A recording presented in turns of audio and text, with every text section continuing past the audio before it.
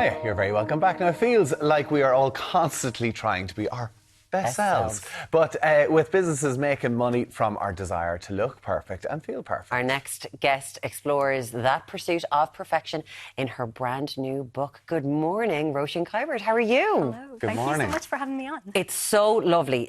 This book, it's a book of essays called The Most Normal Woman. Tell us about this. Yeah, it started out as a more straightforward book, like studying the beauty industry. Yeah. But then as I wrote it, it just kind of expanded more and more and got weirder and I think kind of more adventurous. And I remember I kept having this image in my head of like a beauty contest, but she's not being crowned the most beautiful woman or like Miss Universe. She's being crowned the most normal woman. And it just kind of summed the whole thing up for me. Like, what are all our efforts for? What are we doing all this for? You know? Well, this is exactly it. I mean, life seems completely about finding our best selves, like whether it be treatments or going off like it's relentless, and particularly with the likes of social media. So, I mean, where did this book take you to in terms of even looking into it? Yeah, oh my God. Like my previous book was about social media. So I was kind of coming from that already. Yeah. And I was all too aware that we're in this era of like self-optimization and you can quantify it. You know, you can compare the numbers you get on some post compared to your friends. And like everyone is a kind of a brand, you know, like a personal brand. I wanted to delve further into that, into this idea of identity. Identity in these current times and all the weird kind of nuances of that. But specifically, it's about appearances. So there's chapters on... The first chapter I wrote was about the Botox factory, which is in County Mayo, in Westport. Which you tried to get into. Yeah, well, now you make it sound like I broke in. Oh, no. And to be fair, I would if I got the story. But no, I was not allowed inside the Botox factory, sadly. But I did stand outside. It's in a field. Right. Yeah, and they're shipping it out to like 96 countries. And God knows in Ireland, like, it's very popular. Yeah. So that one, you know, the more I looked into this thing that has suddenly become kind of normal, but it is quite odd. It's the world's most poisonous substance. And like in World War II, they tried to make missiles tipped with Botox. Right. You know? Yeah. Botulinum toxin. Yeah. That was it. Yeah. Weapons. Yeah. So, I mean, like, that was the kind of starting point. Taking things that are just in our everyday lives and isolating them and looking at just how strange they are. Yeah. And then I moved on to things like the Hermes lawsuit, like expensive handbags, how perfume is made. And then I end the book with a load of beauty contests. I went to a bodybuilding contest and a dog beauty contest, which was... Where did you go to the dog beauty contest? So it was in a storm last winter on a motorway off a motorway in Swords. And there are all these people and like you go into this room and it just smells of dog. Like the smell of dog and dog hair products was so overwhelming in that room. But it is a beauty contest. They're puffing and preening and it is about the beauty of the dog. You know that film Best in Show? Yes. That is a documentary. That's what I believe now. It's not fiction. Like I saw a man applying hairspray to a dog. I saw another woman giving a pep talk to her dog. I want to see this place. You should. Tommy Tackles. We're going to do it. Do it. But what I think is really interesting about this is you're looking specifically at the beauty industry. We'll get into the Hermes lawsuit in a minute. But you have in this, for most of my lifetime, culture has insisted that I love myself as I am, but also that I need a never-ending list of products and procedures and wellness routines in order to become my best self.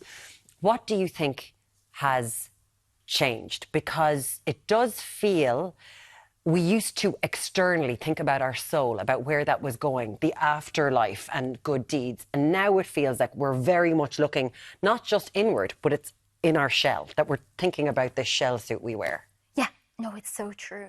It is a suit we wear, isn't it? It's a costume. Like we're always wearing our bodies everywhere we go. It's so weird. It makes you kind of do this double think. Like you're always watching yourself as well as watching the world around you. Yeah. You know, you can't just be in the moment. I think what's changed, I mean, obviously social media has changed. We're much more of a photograph culture.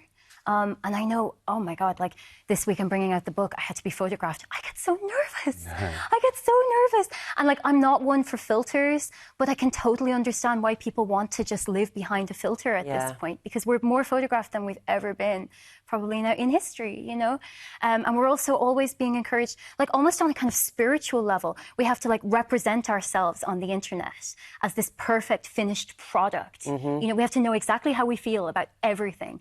And as a writer, that's not even interesting to me. Like, this is not a judgmental book. I want to write about the kind of gray areas in life. I want to write about the complicated things that make me feel complicit. You know, I'm not attacking the beauty industry any more than I'm attacking technology in my first book, because I'm part of it too. I'm like affected by these things. It is exactly that. You are not judging. You're very open and honest about your own experiences in this, in terms of like talk about Botox, talk about your partner, what they're up to as well, but even your own personal story around an eating disorder, like back when you were 11 years of age, and trying to constantly deal with that. Yeah, it started very, very young. And I mean, that's such a complicated thing, because in one sense it is about how we look. It is a response to a world that like tells us we have to be thin, God knows, like so many factors at play. But it's also definitely an inner thing about control. And I always get a bit annoyed when people put eating disorders down to like vanity, when it's really obviously like very hardworking, thoughtful people who end up suffering from them. In the book, it's interesting because I've written articles about eating disorders in the past. It's a bit in my first book. This book is more, though, the chapter in it about that, it's more about what comes later when you're recovered, but you're never really recovered. Like, I do yoga, for instance. I love yoga. It makes me sane. It makes me normal. But it also is always kind of offering me that chance to become obsessive again and do too much yoga and compare myself to other people, you know? So finding a kind of a healthy balance with this without taking it to the next level. Yeah, like the wellness industry. I mean, we've all seen like anti-vaxxers and all the rest in recent years. Like it's at once very good for you, very healthy, and then on the other side of things, it can turn toxic very, very quickly. So that chapter in the book is about me and my boyfriend Rob, my partner. We're in Berlin. Berlin is this hedonistic, crazy city. People going out clubbing for days on end. But my vice was that I got obsessed with going to exercise classes.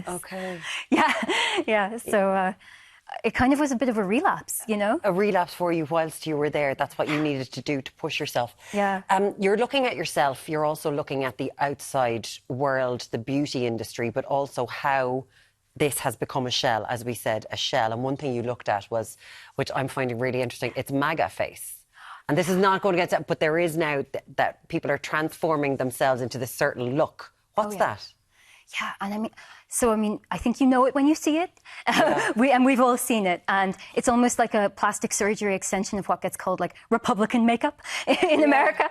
But it's, I think it goes beyond simply wanting to, you know, look younger or to look like classically beautiful. I think it's more about a display of wealth and a display of allegiance.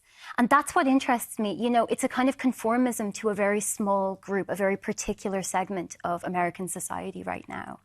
And it's come about very, very quickly. And these people have altered their faces forever. Yeah. What did you learn from writing this book? You know, what like for people who, because it is a number of short stories, like in terms of, you know, coming away from it. Yeah. What's the message you took from it? I mean, I hope the thing that I've taken from it, and that anyone who reads from it, is to just kind of be a bit more humane about all of this. Like, I would call myself a feminist, but at the same time, I sort of find a lot of feminist conversation around this a bit unrealistic, where it's like, oh, makeup is bad, you know, I don't care. I don't care how I look. And I'm like, well, then why, you know, really, I don't know if I believe that. I think it's a normal human impulse to care, to be a little bit vain, you know? And maybe also, like, we're reckoning with a lot of not so normal human things like technology that we're living with these days. We all want to just, like, show up in the world, you know, in a way that feels good. And we all want to be loved. And maybe we all want a bit of power too. And that's why we do these things. But like, I wouldn't judge anyone for it. But I also think it's so complicated. I could fill like 3 more books with just how complicated this is. And there is so much in this book, what Roisin has done, where she's gone and seen things. It's called The Most Normal Woman. That is it, a collection of essays tied together with a brilliant device throughout them. Roisin Kiberd, it's being launched on Thursday. Huge congratulations. Thank you so much for joining us today. Really appreciate it. Thanks a million. Thank you so much.